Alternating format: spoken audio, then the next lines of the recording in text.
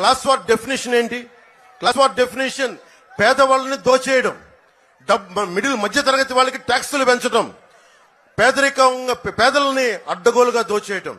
మీరు చెప్పండి, మీకు లిస్ట్ చెప్తాను. జగన్ ఎంత దోచేశాడో. NTR health university fixed deposit మనకి బద్దలు కొట్టి 450 కోట్లు దోచేశాడు. స్టేట్ గవర్నమెంట్ ఎంప్లాయీస్ నిధులు మనకి జీపీఎఫ్ ని డైవర్ట్ చేసి 800 కోట్ల రూపాయలు దోచేశాడు. లోకల్ బాడీస్ పంచాయత్ ఫండ్లు 8,000 కోట్లు దోచేశాడు. ముఖ్యంగా భవన నిర్మాణ కార్మికులు వాళ్ళ మన కండని కరిగించి రక్తాన్ని మరిగించి 450 కోట్ల రూపాయలు భవన నిర్మాణాల సంక్షేమ నిధి నుంచి దోచేసిన వ్యక్తి జగన్. ఇతను క్లాస్ వార్ గురించి మాట్లాడతారు. ఆడబిడ్డలను కూడా వదల్లా. మనకి ఉమెన్స్ అభయహస్తం ప్రీమియం కూడా 2,000 కోట్లు దోచేసిన వ్యక్తి. ధరల స్థిరీకరణ నిధి నుంచి 500 కోట్లు దోచేసిన వ్యక్తి. ఒకటే చేశాడు జగన్ పాలనలో, ఒకటే జరిగింది. నంబర్ 1 అయింది ఆంధ్ర.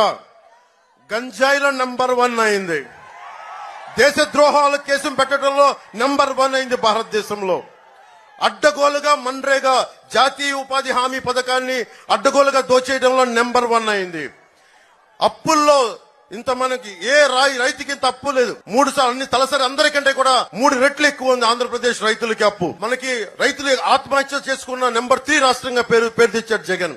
చిన్న బిడ్డల్ని ఆడబిడ్డలను ట్రాఫికింగ్ చేసే కేసుల్లో మనకి భారతదేశంలో ఆంధ్రప్రదేశ్ 3ది అయింది. ఆంధ్రప్రదేశ్ 15 ఇన్ స్టార్ట్అప్, అంటే కొత్త స్టార్ట్అప్స్ ఏదైనా రావాలంటే మనకి బీహార్ కంటే ఒరిస్సా కంటే కూడా మనం వెనకబడి ఉన్నాం. 15 స్థానంలో ఉన్నాం.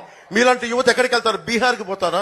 మీలాంటి యువత ఒరిస్సాకి వెళ్లాలా? ఇన్ని వనరులు పెట్టుకొని 974 కిలోమీటర్ల తీర ప్రాంతాన్ని పెట్టుకొని ఇంత మానవ వనరులు పెట్టుకొని ఎక్కడో అమెరికాకో నాసాకో రకరకాల విదేశాలకి మనం మానవ వనరులని పెట్టి మనం ఇక్కడ అడుగు తింటా ఉన్నాం, బాధపడుతున్నాం, మనకి మలమలలాడుతున్నాం. ఈ పరిస్థితి మారాలి. ఈ పరిస్థితి మారాలి అంటే భారతీయ జనతా పార్టీ, జనసేన, తెలుగుదేశం కూటమి రావాలి.